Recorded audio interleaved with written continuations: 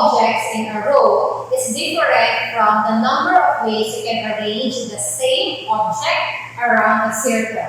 Now let's have this example. Arrange A, B, C in a row. And second would be arrange the same letters A, B, C around a circle. First with this, by systematic listing, we have A, B, C, A, C, B, B, A, C, B, C, A, C, A, B, and C, B, A. Arranging A, B, C in a row will give us 6 different permutations. So we have 6 ways. This time, let us arrange letters A, B, and C around a circle. These figures show us that there are 6 ways in arranging A, B, and C around a circle. Now, observing the first 3 circles, we see that although the letters have been shifted, their position in relation to each other is still the same. For example, starting with A, to a clockwise direction, we have B, and next to it is C. For the next figure, from A to a clockwise direction, we have B, and next to it is C. For the last figure, from A, moving to a clockwise direction would be B, we have E, and next to it is C. The position remains the same. Therefore, these 3 arrangements, or these 3 ways where we arrange A, B, and C around a circle is considered to be just one arrangement.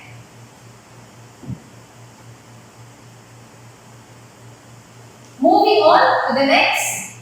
Similarly, these 3 figures below just show one arrangement.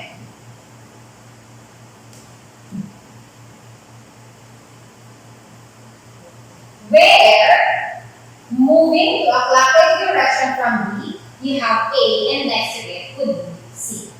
And this tells us that in arranging letters A, B, C around the circle, we only have 2 arrangements.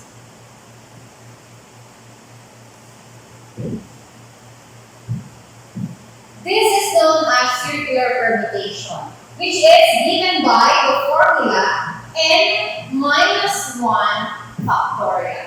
For example, how many ways can 5 boys and 5 girls be seated at a round table if letter A, no restrictions are imposed. Letter B, the girls and boys are to occupy alternate seats. C, 3 particular girls must sit together. And D, all the girls must sit together. For the first one, no restrictions are imposed. Since we have 5 boys and 5 girls, this tells us that we have 10 objects or 10 people to be seated at a round table. Substituting it in our formula, n minus 1 factorial gives us 10 minus 1 factorial or 9 factorial, which is equal to 362,880, telling us that there are 362,880 ways of arranging 5 boys and 5 girls around the table where there is no restriction. The next, the girls and boys are to occupy alternate seats. The first step in answering this problem would be to arrange the boys at a round table, making sure that there is a vacant seat between any 2 boys. And the circular permutation of 5 boys gives us 5 minus 1 factorial or 4 factorial, which is equivalent to 24. Telling us there are 24 ways of arranging the boys at a round table.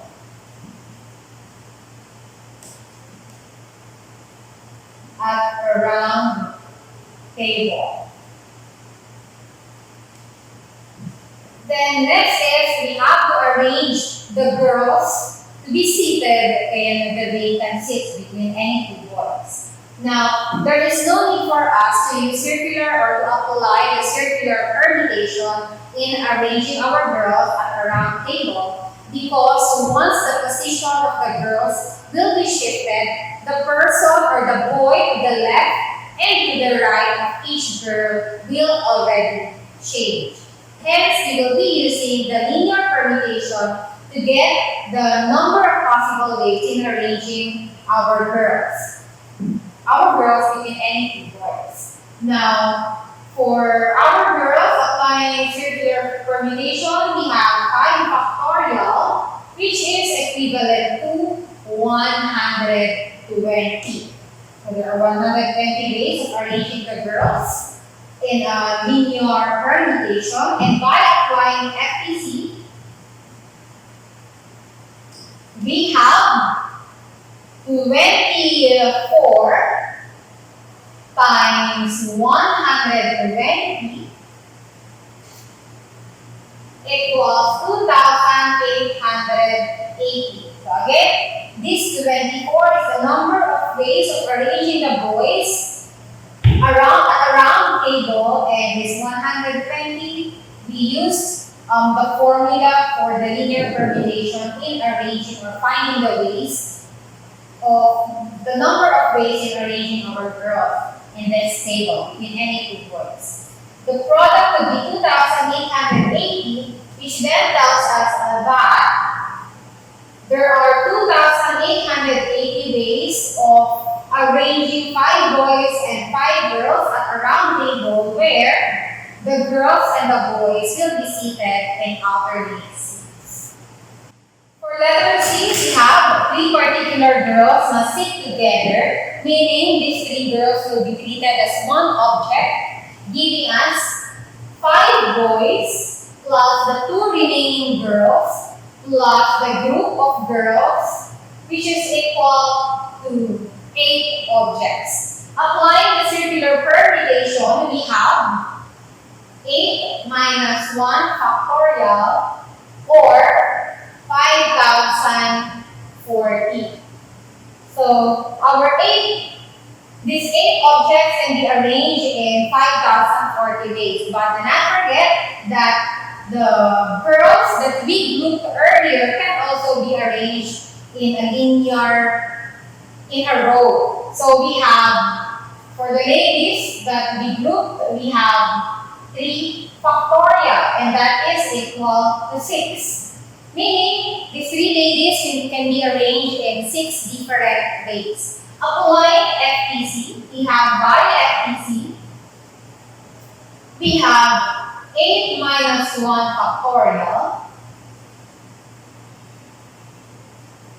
times 3 factorial equals, that would be 5,040 times 6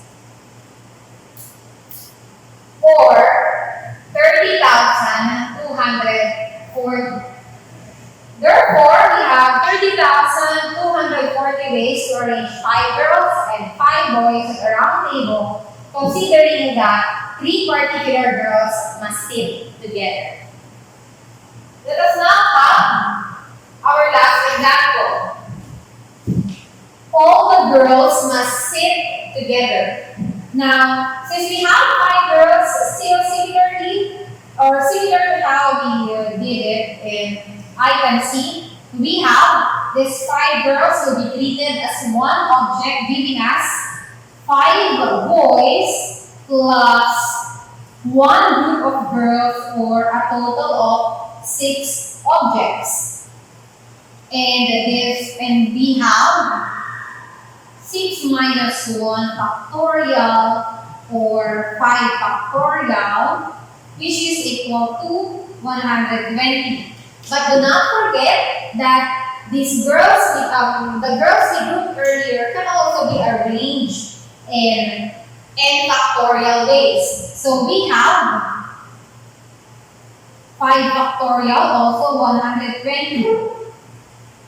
So we have this 5 factorial or 120, meaning the girls we group can be arranged in 120 ways. By FTC,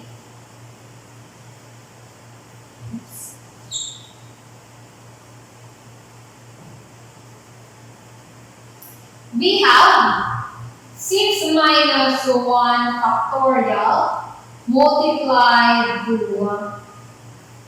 5 factorial or 5 factorial times 5 factorial, giving us 120 times 120 or we have 14,400. Therefore, there are 14,400 ways of arranging 5 boys and 5 girls at a round table where all the girls will be seated together. Suppose we have cards labeled A, B, C, D, and E, and we are asked to choose 3 cards. Having picked cards A,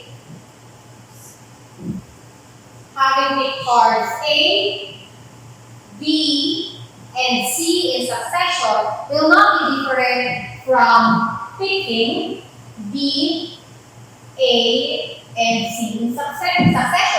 This is because the 3 cards or the cards we have picked are just the same. Now, this is an example of an arrangement of objects where the order does not matter, known as combination. Unlike in permutation, changing the order of the objects will result to a new permutation. However, in combination, the order of objects does not matter as long as the object is there. Another example of combination is when you play a card where you are asked to pick 5 cards. The order of picking 5 cards does not matter. And next example is in a competition with 10 participants, choosing 3 participants to proceed to the next level of the competition does not matter. I mean, the order of choosing 3 participants to proceed to the next level does not matter. Because anyway, all those 3 participants qualified will move on to the next level. And third, we have choosing 5 students from the class to be part of a committee, and it is an example of combination. In this case, the order of choosing these 5 students to be part of a committee does not matter. Example, identify the following as permutation or combination. Letter A, forming 3-digit numbers given the numbers 2, 4, 6, 8, and 9 is an example of permutation. This is because having chosen 2, 4, 6 will be different from, or 246 is different from 264, even if the same numbers are being used. Hence, order matters. Permutation. Then we have selecting 3 desserts from 10 possible choices. This is an example of combination because the order doesn't matter in choosing desserts from the possible choices. Letter C, answering a 10-item true or false questions. This is an example of permutation since changing the order of your answer in a test will affect your score. Hence, the order of your answers would matter. That as permutation. Letter D, choosing a 4-person sales team from a staff consisting 10 people is an example of combination. This is because no matter what the order of choosing this 4 persons would be, would still not affect or let's say your sales team will still be composed of the same 4 persons, no matter what the order would be. Then lastly, we have selecting digits and numbers to choose a password. This is an example of permutation because changing the order of the digits, numbers, or characters in your password will not unlock your device or social media